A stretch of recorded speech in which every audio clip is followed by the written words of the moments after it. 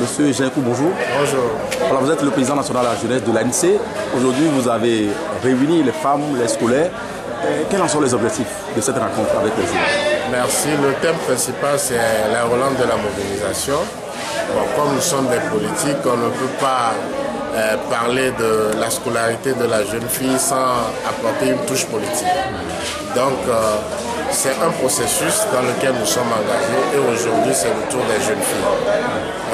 On a parlé des thèmes, entre autres, comme la conviction, le militantisme, la scolarisation de la jeune fille, l'engagement de la femme en politique, les réformes politiques et la décentralisation et les grossesses précoces sur les bancs de l'école. Voilà à peu près les différents thèmes développés au cours de cette journée d'échange et de partage que nous avons eu avec les femmes du parti, les jeunes filles du parti et les autres femmes de la ville de Lomé et aux alentours. Voilà. Qu'est-ce qui motive ce choix par rapport à cette rencontre? Non, vous savez, les femmes représentent 52% de la population et vous ne pouvez pas faire une action de mobilisation aujourd'hui et occulter les femmes. Donc pour nous, c'est l'occasion d'inviter les femmes à redoubler d'efforts dans l'engagement politique. On a remarqué qu'elles ne sont pas trop nombreuses dans l'action politique. Donc il faudrait qu'on fasse tout pour les intéresser à participer à l'action politique. Voilà l'objectif principal de ce que nous avons fait. Voilà, au cours de cet atelier, au cours de cette rencontre, vous avez également abordé les questions de décentralisation et de la création des communes. On a senti vraiment une mobilisation autour de cette question au niveau des femmes. Et quelles en sont maintenant les raisons, les stratégies à développer dans les jours à venir? Oui, vous savez, le gouvernement actuel est en train a introduit un projet, une proposition de loi allant dans le sens du découpage des communes dans la perspective de l'organisation des élections locales. Mais on a constaté que ce découpage est un découpage inique, un découpage tribaliste, un découpage basé sur des principes qui ne respectent pas la norme universelle.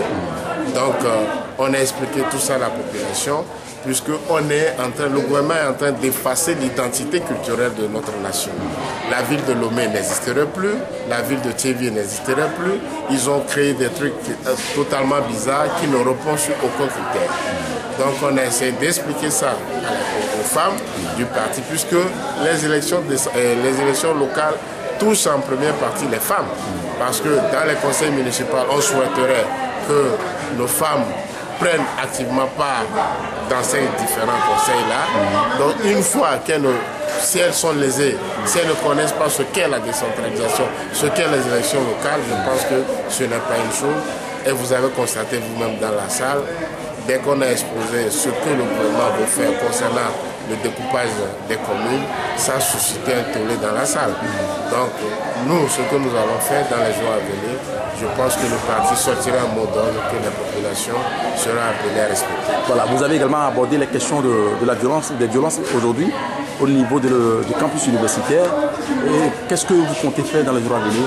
Oui, on a condamné fermement ce qui s'est passé, la bavure ou bien la violence policière exercée sur le campus universitaire la dernière fois. Ça, rien ne peut justifier ça. Des élèves, des étudiants qui réclament l'amélioration de leurs conditions d'études, on envoie des gendarmes, des policiers, les bastonner, les taper comme on dirait des animaux dans la bourse. Ce n'est pas une bonne chose.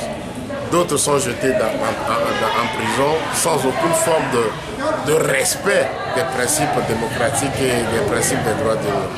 On a condamné une telle chose en disant que ça ne peut pas continuer. Trop c'est trop et je pense que dans les jours à venir, nous invitons les responsables des différentes associations étudiantiles sur le campus et les responsables des syndicats de parents d'élèves, des syndicats d'enseignants, de lancer un mot d'ordre pour que la population se retrouve et qu'on mette fin à ces situations-là qui perdurent sur le campus, qui est un sentiment, à mon avis, de non-droit, du déni du droit et tout ce que ces étudiants demandent là, ça concerne tout le peuple togolais. Voilà, certaines femmes ont estimé qu'il fallait tous sortir dans les rues et manifester le ras-le-bol face à ce pouvoir qui continue à maltraiter les enfants.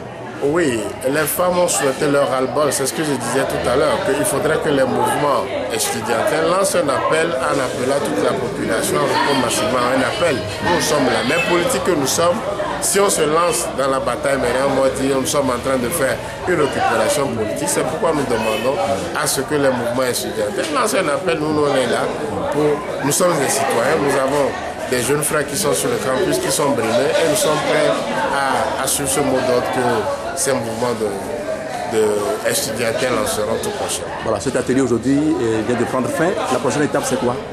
La prochaine étape sera les mouvements de rue. Et nous vous inviterons à vous présenter le programme de comment est-ce que nous allons décliner ce programme. Monsieur Jankou, merci beaucoup à vous. Je vous remercie. Merci.